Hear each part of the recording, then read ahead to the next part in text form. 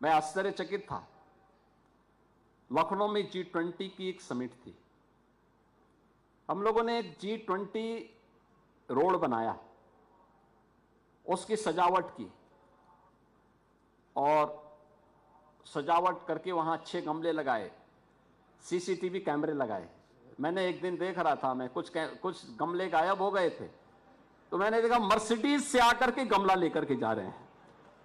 अब आप सोचो मर्सिडीज गाड़ी की कीमत क्या है और एक गमले की कीमत क्या होगी, लेकिन वो जल्दी जल्दी भरे जा रहा है।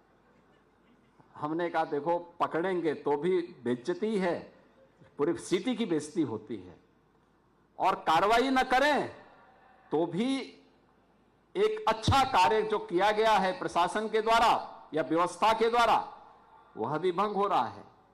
तो हमने कहा उनको बुला करके केवल एक फुटेज दिखा दो कि देखो भाई कुछ गमले हमारे गायब हुए हैं, सीसीटीवी फुटेज में आपकी गाड़ी आ रही है, आपका फोटो आ रहा है, भाई इतना बोल करके छोड़ देना। ये स्थितियां हैं और इसीलिए मैं आप सबसे कहूंगा संस्थान हमें टेक्नोलॉजी के साथ भी जोड़े, लेकिन साथ साथ उन संस्कारों के साथ भी जोड़े जिसपे एक मजबूत इमारत का निर्माण हमें विकसित भारत के रूप में करना है। याद रखना, विकसित भारत का जो प्रधानमंत्री मोदी जी का विजन है वह विकसित यूपी से होगा, और विकसित यूपी से वह तब सपना साकार होगा जब आप सभी मिलकर के सामूहिक प्रयास करेंगे। एक व्यक्ति नहीं, सरकार अपने स्तर पर इनिशिएटिव ले सकती है, तो अगर कदम आगे बढ़ा सकती है। पिछले 8-8.5 वर्ष में हम लोगों ने उत्तर प्रदेश की जनता का मैं अभिनंदन करूंगा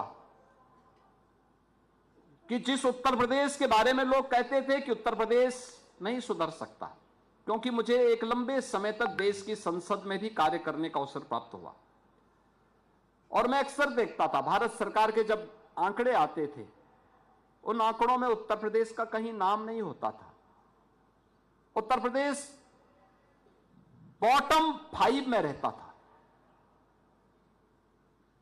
हम तरसते थे कि यूपी टॉप 3 में कब आएगा, ये बॉटम 3 में तो है, टॉप 3 में यूपी क्यों नहीं किसी भी स्कीम में। 2017 में जब हमें अवसर प्राप्त हुआ, हम लोगों के मन में एक भाव आया कि वास्तव में यूपी टॉप 3 में क्यों नहीं हो सकता। हमने यूपी टीम के साथ में अपने मंत्रिमंडल के साथ हम लोग बैठे, प्रशासनिक अधिकारियों के साथ बैठे, फिर मैंने उनसे कहा कि भाई देखो केवल प्रशासन को और मंत्रियों को यह काम नहीं करना है, याद करना कोई भी स्कीम तब तक सफल नहीं हो सकती जब तक उसमें जन सहभागिता नहीं होगी। हम जन सहभागिता बढ़ाएं, डायलॉग पब्लिक के साथ हमारे डायलॉग अच्छे होने चाहिए।